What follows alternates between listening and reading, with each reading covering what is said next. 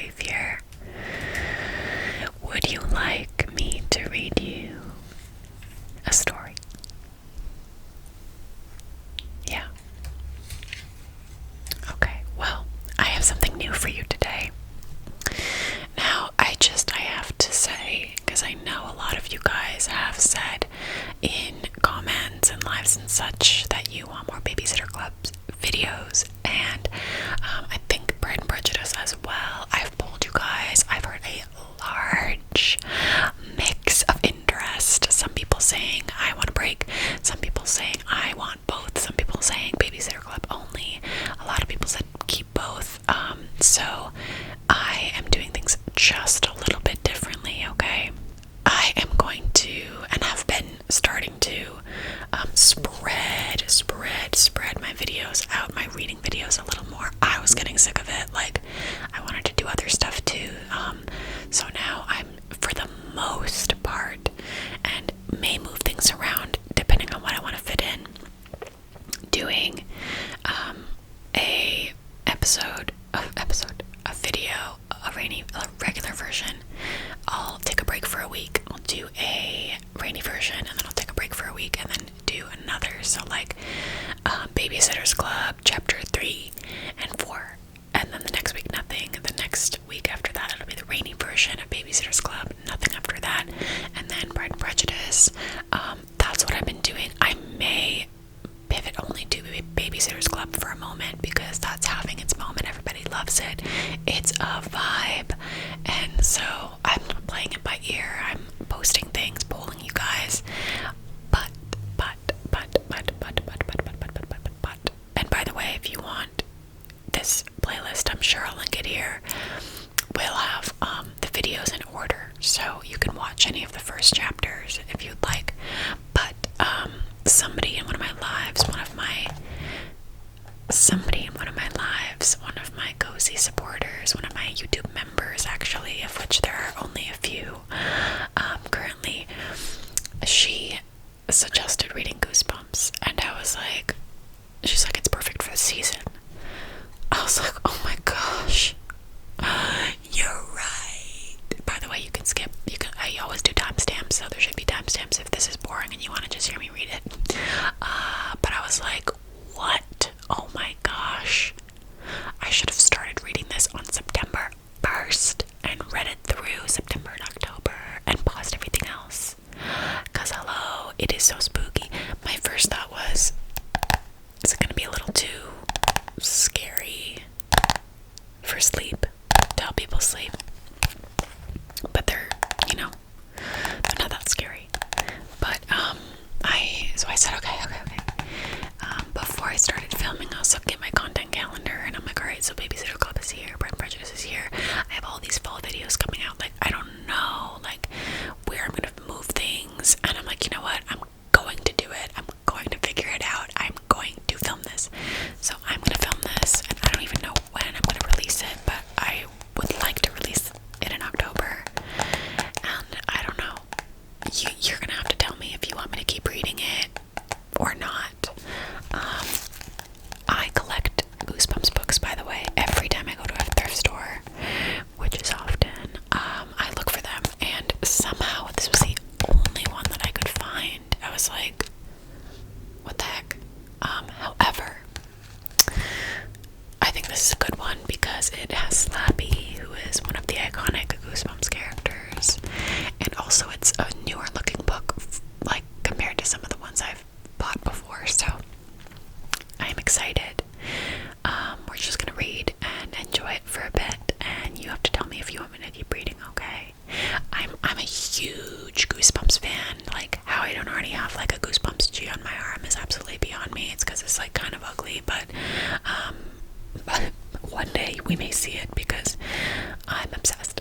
And I've seen the like new Goosebumps show too, and I really enjoyed those. So anyway, sometimes when I'm walking around like my neighborhood at night, if it's dark and it's October and I'm in the Halloween mood, which is always in October, I'll like play the Goosebumps theme song, and I'll just be like, do do do do do do do do do do do do do do do do, and I'll feel like I'm in a 90s Halloween movie, and it's so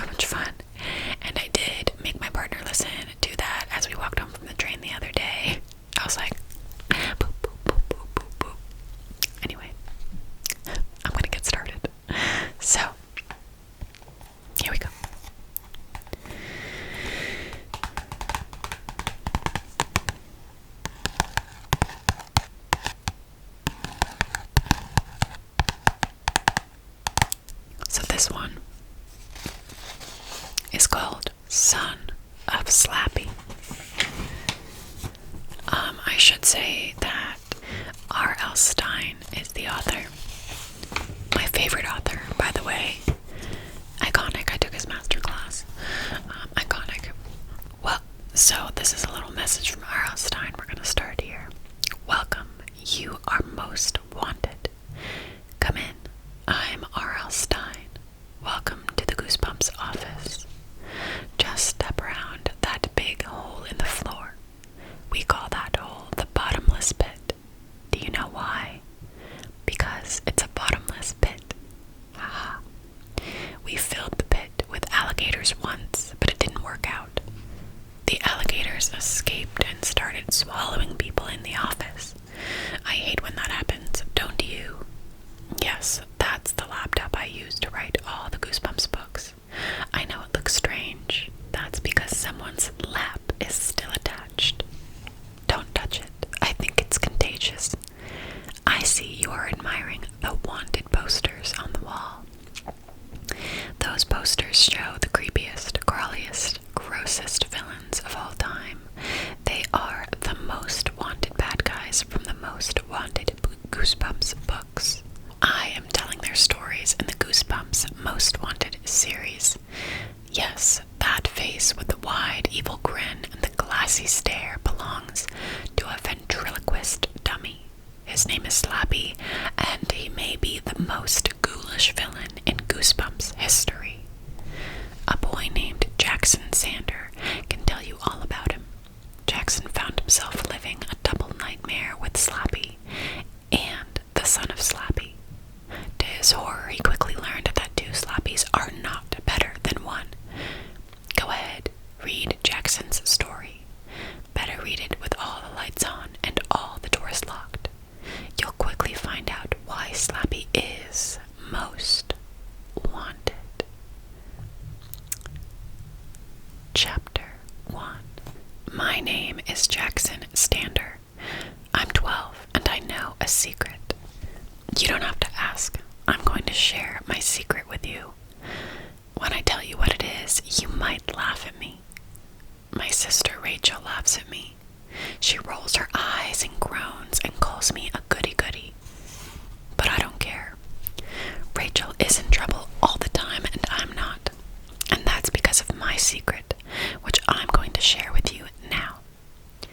It's a lot easier to be good than bad. That's the whole thing. You're probably shaking your head and saying, what's the big deal? What kind of crazy secret is that? It's simple. Let me explain. I try hard to do the right thing all the time.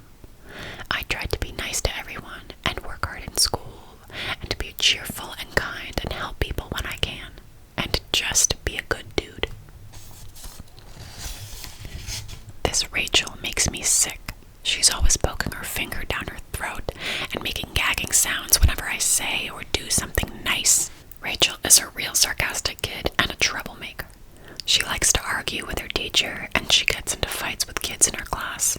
She hates it when the teachers say, "Why can't you be more like your brother Jackson?" What does she call me? She calls me a robot. She says I'm some kind of goody-goody machine. You've probably guessed that Rachel and I don't get along that well, even though she's just a year younger than me. We both look a lot alike, too. We're kind of average height.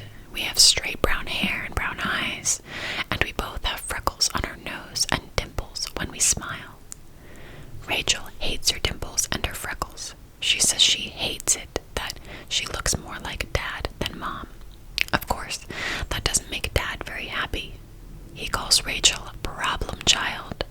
Mom scolds him every time he says it. But she is a problem child. Mainly, she's my problem because she's always in my face. And she's always testing me, teasing me, trying to make me lose it, blow up, get steamed, start to shout or fight. Rachel's mission in life is to get me in trouble with Mom and Dad. She's always trying to make me look bad. But she's so lame. There's no way she can win. A few weeks ago, She was doing an art project in her room and spilled red paint on her floor. She went running to Mom and Dad and said, "Jackson was messing around with my paint and look what he did." Of course, Mom didn't believe her for a second. Why would I be messing around with her paint? Last night before dinner, Rachel was helping Mom carry the food to the table. She tripped over Sparky, our cat, and dropped a platter of chicken, and it went flying all over the floor. "Jackson tripped me," Rachel told Mom. I was standing all the way across the room. How lame was that? But Rachel keeps trying. Now please don't get me wrong, I'm not perfect. But if I told you I'm perfect, that would be obnoxious. Besides, no one is perfect. I just try to do my best. I really do believe it's easier than being bad. I really do believe it's easier to be good than bad. It's something I knew from the time I was a tiny kid. And then, something happened. Something happened and I turned bad. I turned very bad. No, let's tell the truth. Jackson Stander, became evil. And that's what this story is all about. Chapter 2. We have 2 canaries at the YC. I gave them their names, Pete and Repeat. I can't really tell which one is which, but I pretend. After school on Wednesday, I was showing a bunch of kids how to pick up the canaries in your hand when you want to clean their cage. YC stands for Youth Center. Actually, it's called the Morton Applegate Jr. Borderville Youth Center. But no one remembers who Morton Applegate Jr. is, and everyone knows we live in the town of Borderville. So people just call it the YC. A lot of little kids go to the YC after school. They stay till their parents pick them up after work. The YC playroom is very bright and cheerful. The walls are shiny red and yellow with funny crows and sheeps painted upside down all over them, as if it was raining cows and sheep. The room has shelves to the ceiling, crammed with games and books and art supplies and puzzles and all kinds of great toys for little kids. There are stacks of car tires to bounce and climb on, a big flat screen for playing video games, a fish tank, a rabbit cage, and the canary cage. Plenty of cool stuff to keep the kids busy till their parents arrive. I like to go there after school when I don't have my piano lessons or tennis practice. I go to help out with the little kids. It's fun to play and read with them. The kids are funny and they treat me like I'm a big deal. There's a cute, chubby, red-haired kid everyone calls Froggy because he's got a funny, scratchy voice. Froggy is my favorite. He's goofy and says the dumbest things to make everyone laugh. If I had a little brother, I'd like him to be Froggy. Froggy and another favorite of mine, a little blonde-haired girl named Nikki, were watching as I reached into the canary cage. Nikki is very shy and quiet and speaks in a tiny mouse voice. She has a sad face most of the time, but I know how to make her laugh. You have to move your hand very slowly, I told them. If you move too fast, you'll scare the canary, and he will start fluttering and flapping and cheeping like crazy. Froggy, Nikki, and a few kids watched silently as I tugged open the birdcage door. I slowly slid my hand into the cage and moved it toward Pete. "Shh," I whispered. "You have to be very quiet and very careful." The canary stared at me from this wooden perch. The other one, head tilted to one side, watched from the swing. "If you squeeze it too hard, will he explode?" Froggy asked in a raspy whisper. I saw that in a cartoon. "We don't want him to explode," I whispered. "We have to be very gentle." I opened my hand and prepared to wrap it around the canary. The bird cheeped softly but didn't move. I held my breath and reached forward. And someone right behind me screamed, "Boo!" The canary squawked, fluttered out of my grasp, and darted out the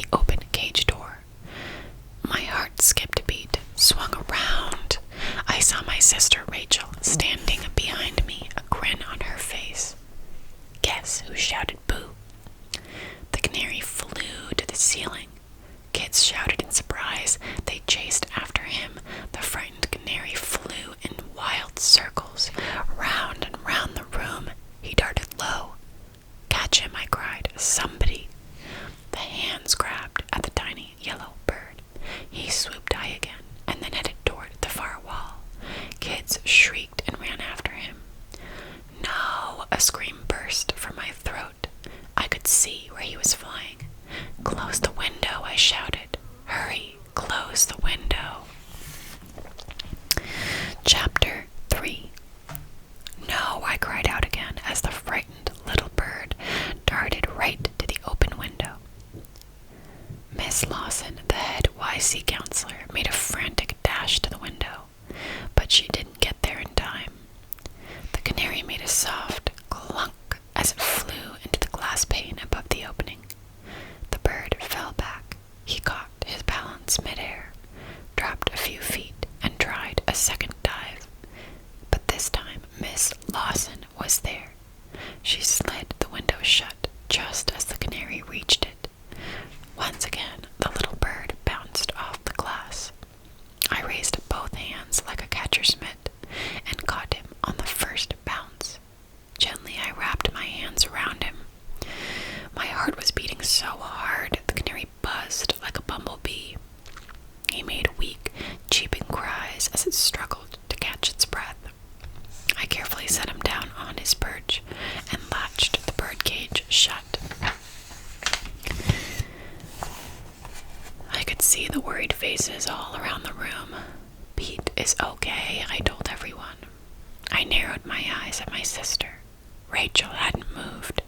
She stood there like a statue watching the whole chase, as if it wasn't her fault. Kids were still running around in circles. Some of them were cheeping and flapping their arms and pretending to be birds. "Excitement is over," Miss Lawson shouted. She tried to wave the kids back to their seats. I turned to Rachel. "Why did you yell boo?" She shrugged.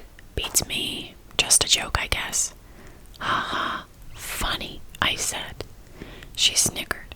"You look so stupid chasing that dumb canary."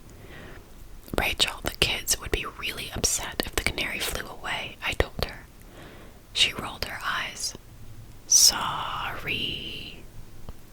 I picked up my backpack from against the wall and started to walk her towards the playroom door. "What are you doing here?" I demanded. "I came to pick you up. Didn't you see Mom's text?" I pulled my phone out of my jeans pocket. I saw a message from Mom on the screen. "Come home, I have news for you." "What kind of news?" I said. Rachel shrugged again. "How should I know?" I waved goodbye to Miss Lawson. I led the way out of the YC building. It was a warm spring afternoon. A big orange sun was lowering itself behind the tall trees in the yard across the street.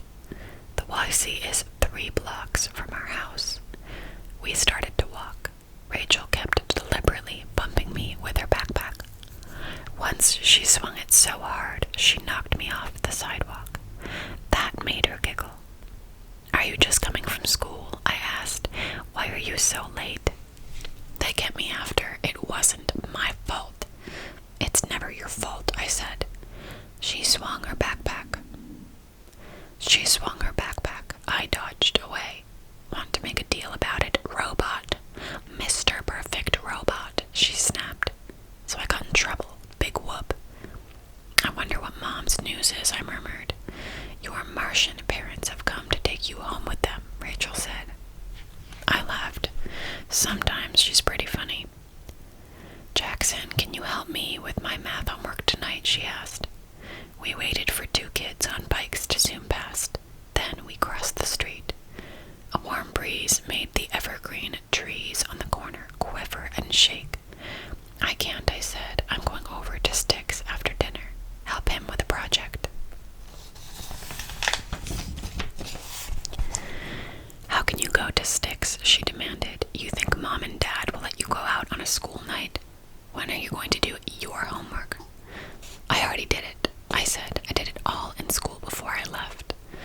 "Ah!" Rachel let out an angry animal growl.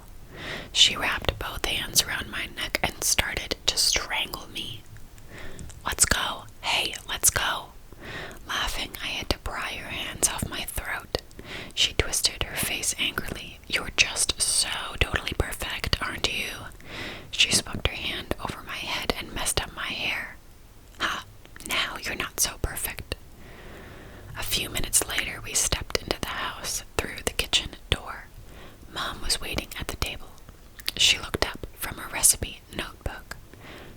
you so late? Jackson got in trouble at school, Rachel said, and he had to stay after. Mom shook her head. I know you're lying, Rachel. Jackson doesn't get in trouble. Rachel tossed her backpack against the wall. I wasn't lying, I was joking. Mom, I saw your text, I said. What's up? Well, I've got big news for you, she replied. I'm getting rid of you both. Chapter 4. Rachel and I laughed. Mom was joking, of course. We know her sense of humor. She's always trying to catch us off guard. Mom wanted to be a stand-up comedian after college. She did an act in comedy clubs and nightclubs. It's a mystery to us how she got to be a bank manager.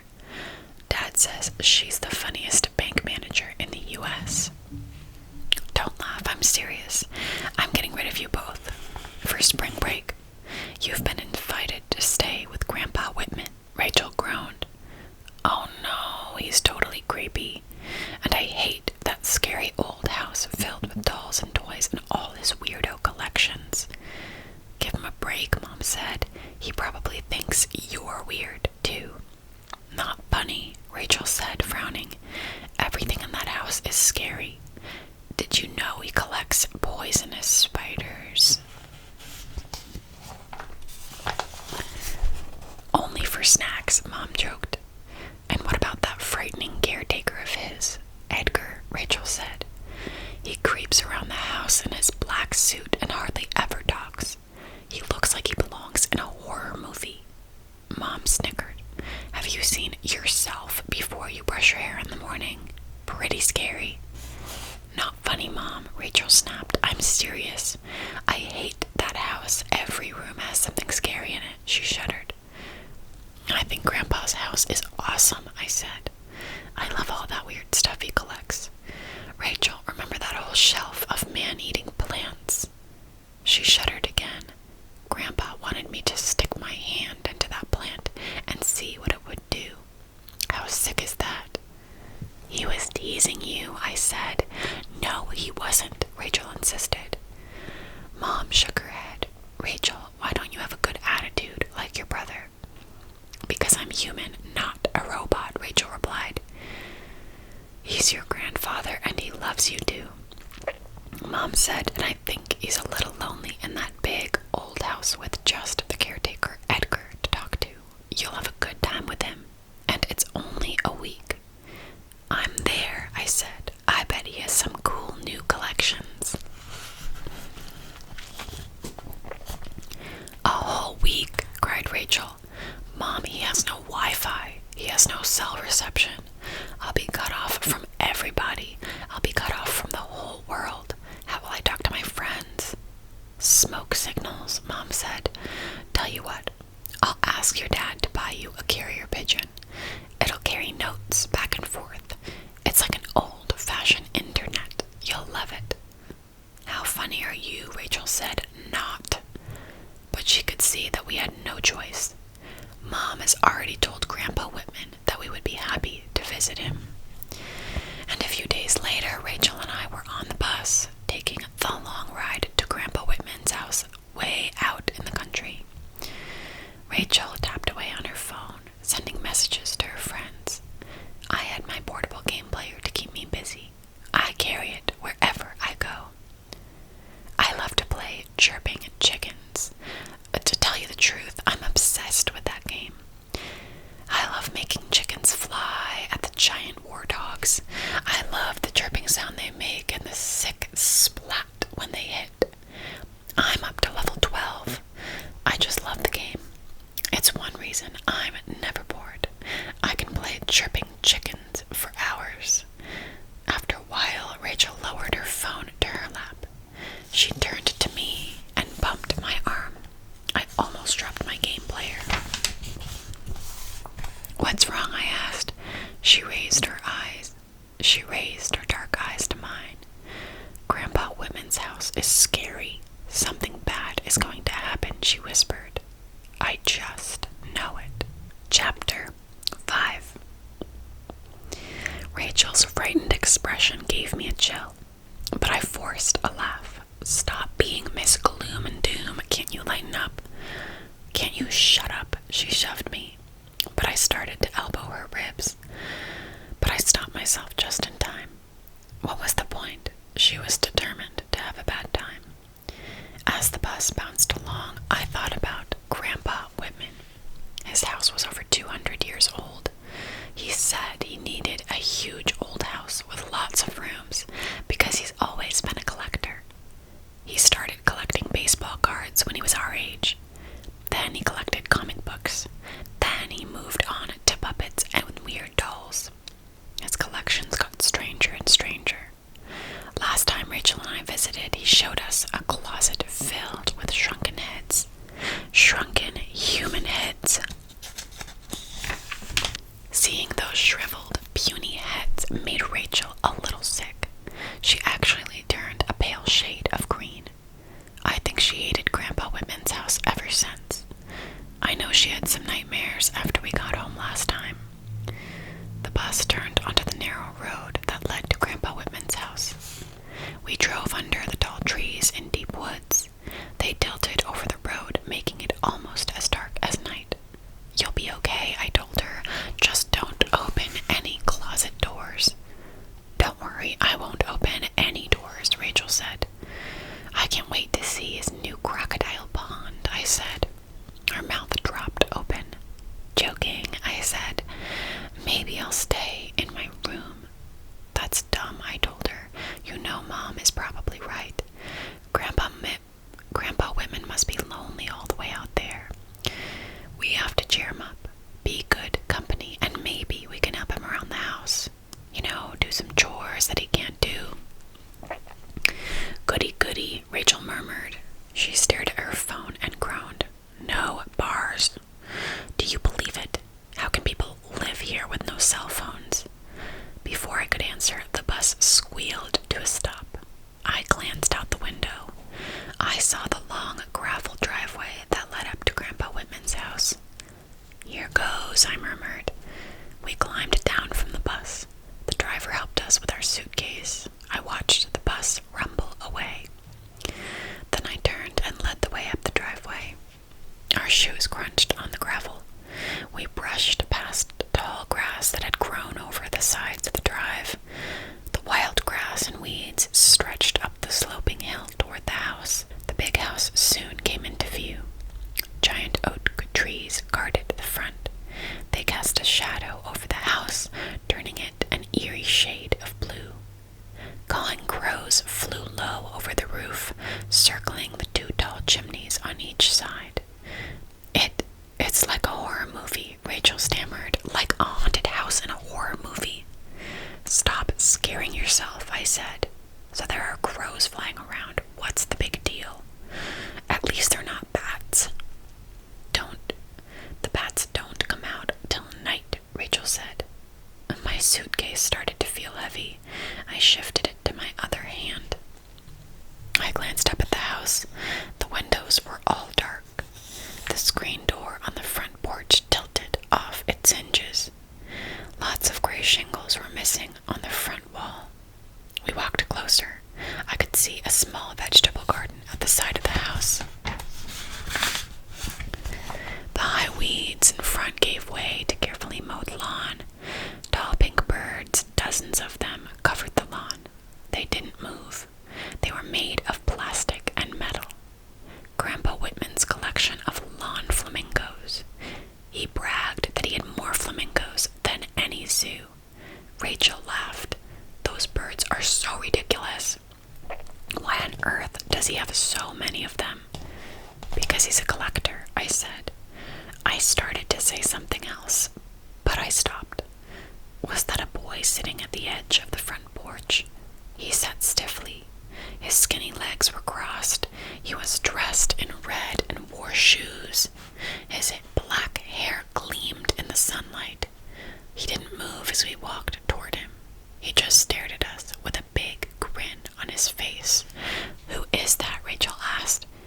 We took a few steps closer. I laughed. It wasn't a boy. It was some kind of big doll. We stepped up to the front porch. It's a ventriloquist dummy, I said. Weird, Rachel murmured, staring